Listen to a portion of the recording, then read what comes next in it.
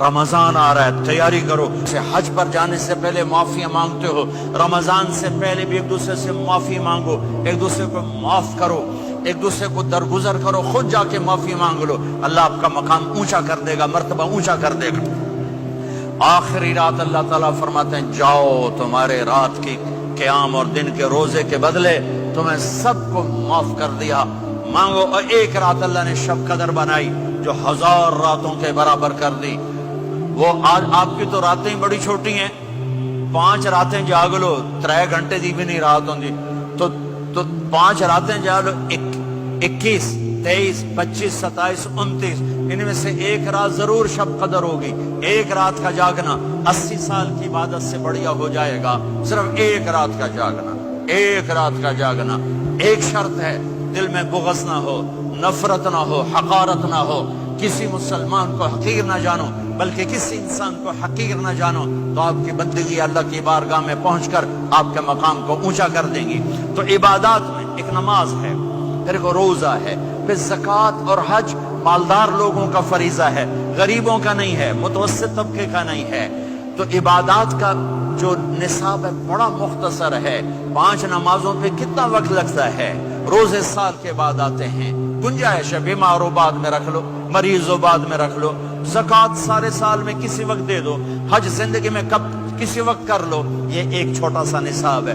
دوسرا میرے نبی کی زندگی کا پہلو جسے میں ہائی لائٹ کرنا چاہتا ہوں، جو نمایاں ہے، جو روشن ہے، وہ میرے نبی کی زندگی ہے، وہ میرے نبی کے اخلاق ہیں، وہ میرے نبی کا درگزر ہے، میرے نبی کا پیغام محبت ہے.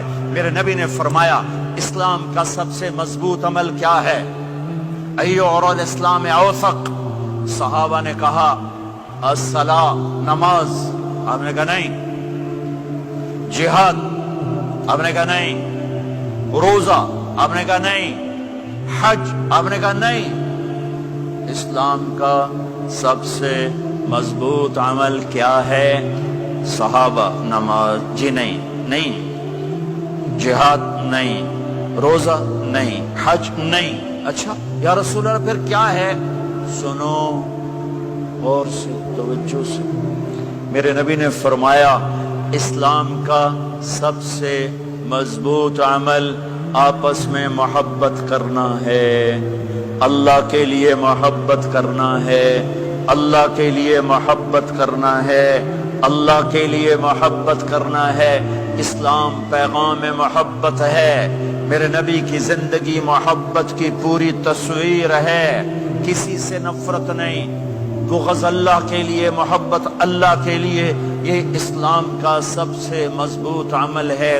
میرے بھائیوں، میری بہنوں، اب دور دراز جگہ میں ہو، اب آپ یہیں کے، جن کے پاس پاسپورٹ ہیں وہ یہیں کے شہری ہیں. یہ آپ کا دیس ہے، یہ آپ کا وطن ہے، اسے محبت سے بھرو.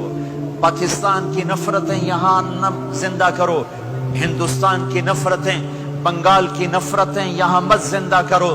آپس میں امت بن کے رہو، مذہب کے نام پہ مت لڑو.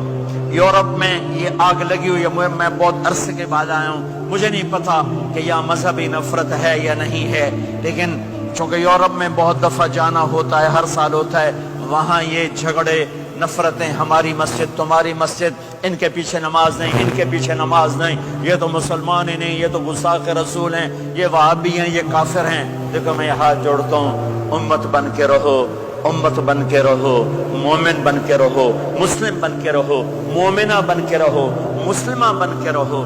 اختلاف رائے کو برداشت کرو. یہاں چاند کے مسئلے میں اختلاف ہوتا ہے، روزے کے ٹائم میں اختلاف ہوتا ہے. علماء سے کہتا ہوں اس اختلاف کو مٹھاؤ، جس میں سہولت ہو سارے وہ لے لو.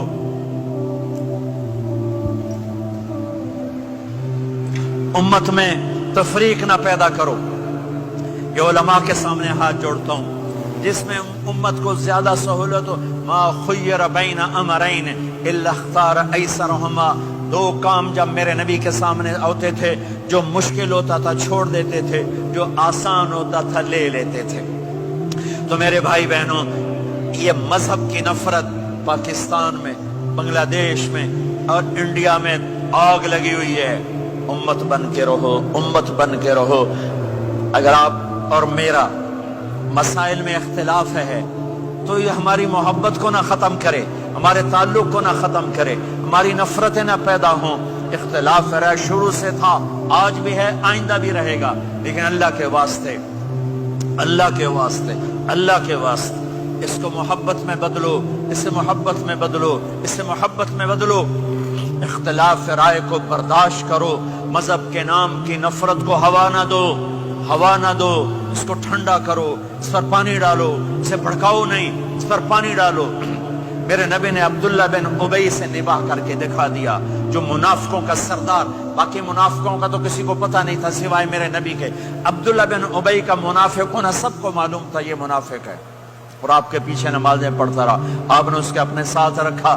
ایک دن آپ پانی پی رہے تھے، عبداللہ بن ابی کے بیٹے عبداللہ پکے صحابی تھے، کہنے لگے یا رسول اللہ تھوڑا پانی تو بچا دیں۔ آپ نے